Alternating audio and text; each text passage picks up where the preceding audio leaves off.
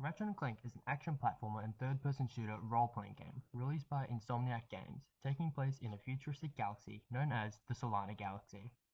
The game follows the adventures of the game's two protagonists, Ratchet, a mechanic with an attitude, and Clank, a small intellectual robot. Together, the two traverse the galaxy and all its unique planets in hopes of stopping an evil corporate chairman, Drek. This video presentation will analyze the game through the lenses of psychology and ludology. The first of these topics to be discussed is psychology. Specifically, the way Ratchet & Clank uses psychology to encourage or discourage certain behaviors from the player, along with the game's ability to instill a flow state through effectively utilizing the 8 components of flow. Video games often use psychological techniques on the player without them even noticing. One of these common techniques is encouraging or discouraging behavior from the player through rewards and punishment. Punishments are dished out when the player enacts a behavior deemed inappropriate or undesirable by the developers. If the player tries to explore out of bounds, the developer may initiate an instant kill, which sends them back to the beginning of the level. On the other hand, rewards are benefits given to the player when doing something correct. Score bonuses, goals achieved, points earned, etc. are all forms of rewarding the player. A positive reinforcement is used to encourage a certain player behavior through the use of rewards. These are the most common form of affecting a player's behavior, and they are extremely prevalent in Ratchet & Clank. Everything ranging from breaking boxes to collect bolts,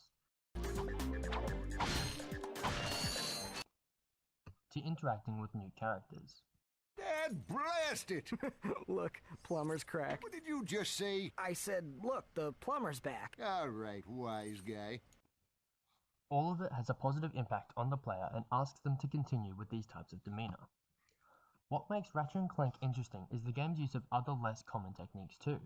For example, the planet known as Auxon contains multiple segments where you land onto a platform with a bunch of strong enemies sleeping around you. If the player panics and starts shooting frantically, they are more likely to die, or at the very least take high amounts of damage. However, if the player looks at the situation and doesn't panic, then they're able to walk around the enemies with very little difficulty.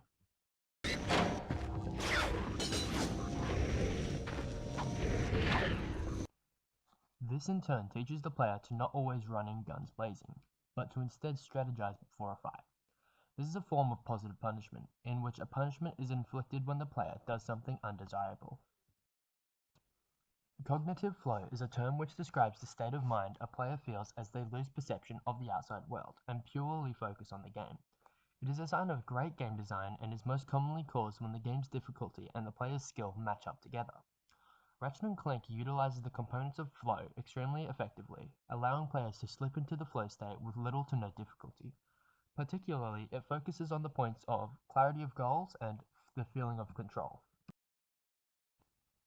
The layout of the levels rarely ever leaves the player feeling lost or unsure of where to go, as they are simple yet challenging.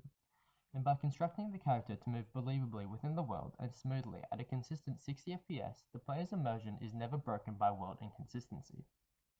The next topic is that of ludology and narratology, and how Ratchet & Clank favors one over the other. The battle between narratology and ludology has waged for many years now, each side supplying good points over the other. The idea of ludology is that gameplay takes precedence over narrative, whereas narratology is the opposite. Ratchet & Clank chooses to side with the ludology team and places a far less emphasis on its story. Each weapon has its own advantages and disadvantages, allowing for each weapon to be useful in the right circumstance. The blaster is a convenient overall weapon from beginning to end, the pyrocitor is good for large groups of small enemies, and the devastator is useful against strong singular enemies, like bosses. Furthermore, the game allows and encourages players to break parts of the environment to gain bolts, letting the world feel more real than if every object was simply indestructible. Moreover, unlike the game's sequels, the fights are not paused during weapon select, allowing for a greater emphasis on strategy and fast decision making. While the story is not all that up to par, many of the jokes and quirks are still hilarious to this day, as are the characters' personalities and motivations. This makes each of the cutscenes feel like their own reward for playing the game, as you get to see Ratchet and Clank interact with different civilians from across the galaxy, such as fan favorites like Helga. Ha! Real men can swing without silly toys like that! In conclusion, Ratchet & Clank superbly utilizes psychological techniques to teach the player the mechanics and enthrall them within the world. It also effectively creates entertaining gameplay while also producing fun and likable characters with realistic personalities and motivations.